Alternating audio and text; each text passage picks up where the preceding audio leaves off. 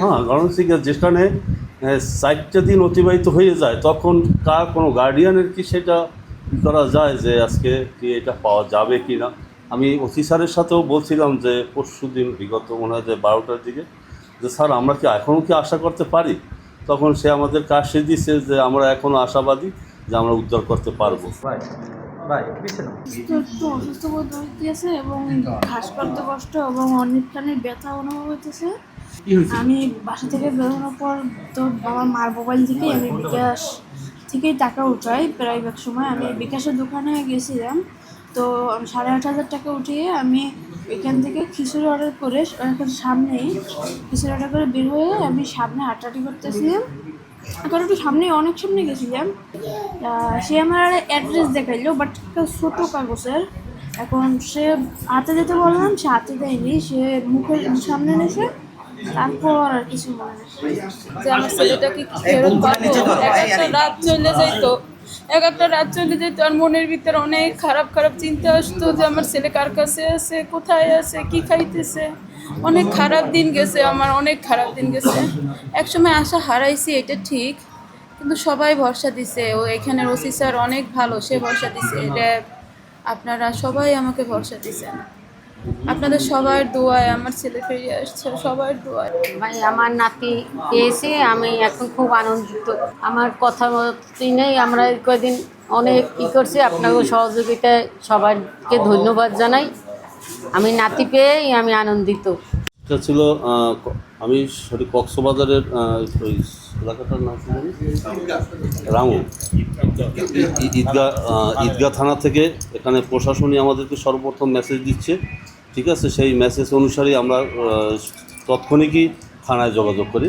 থানার সাথে যোগাযোগ করার পর সেই থানার আমাদের কাউনিয়া থানার যে কর্মকর্তারা আছে প্রশাসনের, তারাই আমাদের লোকের সাথে গিয়ে এবং তাকে ওইখান থেকে তাদেরকে নিয়ে আসে এবং সে দিদিদের এখানে অসুস্থ অবস্থানে পাওয়া যায়, সে মোটামুটিভাবে কথা বলতে পারছিল।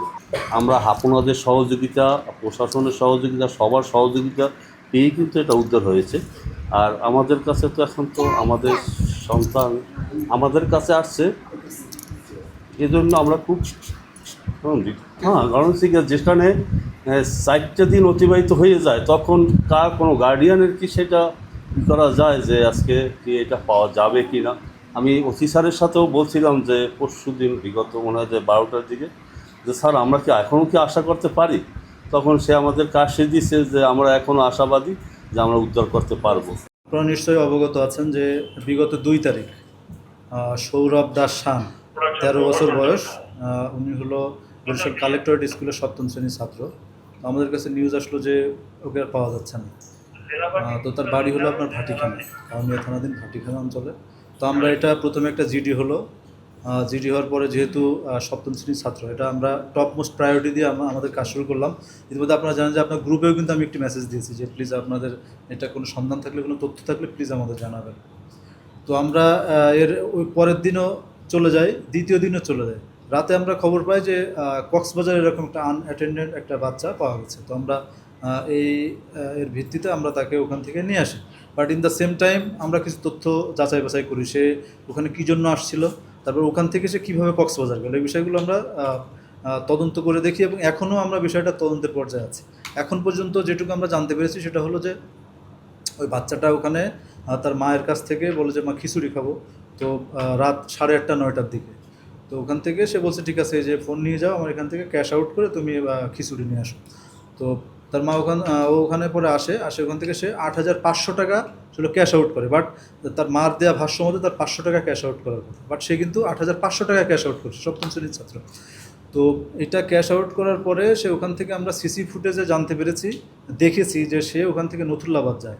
নথুল্লাবাদ থেকে সে কাউন্টারে আমরা 2টা টিকিট পেয়েছে, সেখানে তার নামও লেখা আছে শান। সো সেখান থেকে টিকিট সে সামহাও সে কক্সবাজার পর্যন্ত যায়। তো আমরা ওখান থেকে সংবাদ প্রাপ্তির পরে আমরা এখান থেকে টিম পাঠিয়ে তাকে ওখানে উদ্ধার করেছি। তো আমাদের কিছু কোয়েশ্চেন এখনও আছে, সে তদন্তের পর্যায়ে আমরা রেখেছি। সেটা হলো যে সে যে বাসা থেকে আসছে, তার মা বলেছে 500 টাকা তোলার জন্য, সে কিন্তু 8,500 টাকা তুলেছে। কেন সেটা তুললো সেটা আমরা পরীক্ষা নিরীক্ষা করে দেখব, এখনও যেহেতু আমরা আন্ডার ইনভেস্টিগেশন আছে। এই একটা। তারপরে সে বলতে যাচ্ছে ওখানে যখন খিচুড়ির অর্ডার করা হয় তারপরে এক ব্যক্তি শস্যমণ্ডিত, সে তাকে ঠিকানা পড়ার জন্য বলে যেটা কোথায়, হ্যাঁ, যেটা আপনারা অনেকেই সন্দেহ করেছে স্কাপোলোমিন যেটা আছে আর কি ধরনের। বাট এখানে আমাদের কোশ্চেন হলো সে পড়তে দেওয়ার পরে সে বলে স্যার এরপরে আমি আর কিছু জানি না, আমি একেবারে কক্সবাজার গিয়ে দেখি যে আমি কক্সবাজার শুনলাম। আমাদের কোশ্চেন হলো সে যখন এটা পড়তে দেওয়া হলো, পড়ার পরে সে বললো আমি অজ্ঞান হয়ে গেলাম, বাট সে কিন্তু ওখান থেকে একটা রিক্সা ভাড়া করে আমরা ক্যামেরাটা স্পষ্ট দেখতে পেয়েছে নথুল্লাবাদ গেল, এবং তার টিকিটের ভিতরে নাম লেখা আছে শান।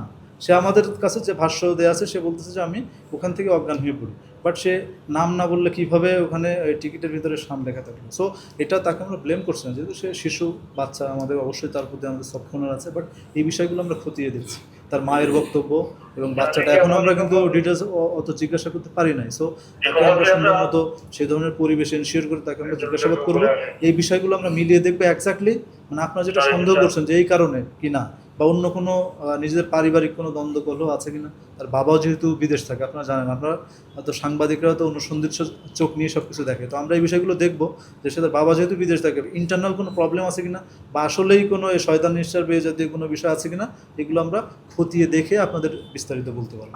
ওই যে আমাদের কিছু কোশ্চেন আছে, আমি কথা বলছিলাম ইতিমধ্যে দেখলেন আপনারা, সো এই কোশ্চেনগুলো আমরা মিলাবো, কারণ আসলে ওকে যখন তো ক্লাস 7 মানে জানেন যে মানে ম্যাচিউরড এনাফ না হলেও কিন্তু 7-এ বোধ শক্তি থাকে, কিন্তু আমরাও ক্লাস 7-এ পড়েছি।